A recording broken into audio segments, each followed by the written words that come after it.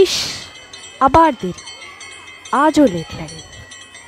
স্কুলের বেলটা পড়তে পড়তেই প্রায় ছুটে সোজা হলঘরে পৌঁছলাম। হাঁপাতে হাঁপাতে কোনো মতে লেট লাইনে দাঁড়ানো, বাবা! শিক্ষকদের নজর এড়িয়ে গান, প্রার্থনা, সে আবার বেরোবে নাকি গলা দিয়ে? চোখ তখন ইতিউতি করছে, কেউ দেখে ফেলেনি তো?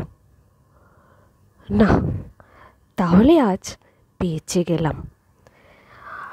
আসার পথে সে কি কাণ্ড!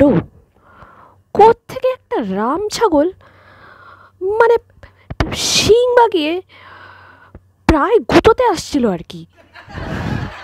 পাশ কাটাতে গিয়ে যা দেরি হলো, উড়ে বাবারে, মনে করলেই যাকগে। আপাতত ফার্স্ট পিরিয়ড। কি জানো? ও, ইংরেজি, ইংলিশ। কি যেন ছিল গল্পটা? ও হ্যাঁ, মনে পড়েছে, সেলফিশ জায়ান্ট। লোকটাকে সেলফিশ বললেও মোটে খারাপ মানুষ নয়।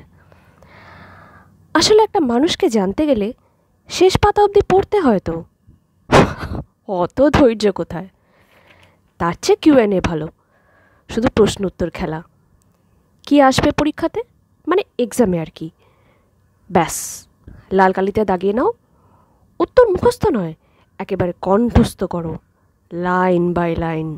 ভুল যদি হয়, মা তবে নিশ্চয় ছিঁড়ে দেবে চুল। ধুস, কি যে লিখছি! তাড়াতাড়ি।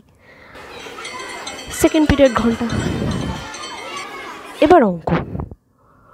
ওরে বাবা, SB সেরেছে।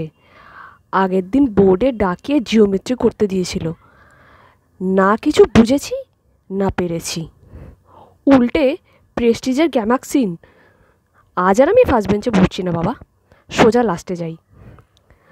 ও না, লাস্টে তো আরও গণ্ডগোল, উনি তো আবার লাস্ট বেঞ্চ থেকেই। তাহলে ফোর্থ বেঞ্চ। এই রিয়া, একটু সরে বসতো। রিয়া বেশ মোটা, কিন্তু আমি তো রোগা, ম্যানেজ হয়ে যাবে। কোনো মতে মাথা নিচু করে কেটে গেল। বোর্ডের লাইনগুলো সোজা পথে চলা সাপের মতো এদিক ওদিক বাঁকলো, আর আমি হাফ ছেড়ে বাঁচলাম। এবার থার্ড পিরিয়ড, ফিজিক্যাল সায়েন্স। কি, দিদি আসেননি? যা, আমি যে পড়ে এলাম পড়া ধরবে বলে, কপাল। ধুস, তাহলে এই মাঠে যাবি? চল মাঠে যাই, ব্যাডমিন্টন খেলবো। এইভাবে unit test, class 10th, class 12, college, university, BEd, আরও কি করে আস্তে আস্তে হাঁপিয়ে গেলাম, সেই স্কুলে দৌড়ে পৌঁছানোর মতোই। রাম ছাগলটা কোথায়? আজ কি আর দেখছি না যে? ও, ওটা তো এখন আমি। হায় রে! কি, কাকে গুঁতোতে হবে? ওকে, আচ্ছা গুঁতি দিচ্ছি, আয়। আজ শিক্ষক দিবস। পুরস্কার সত্য ঘটনা অবলম্বনে। ধন্যবাদ।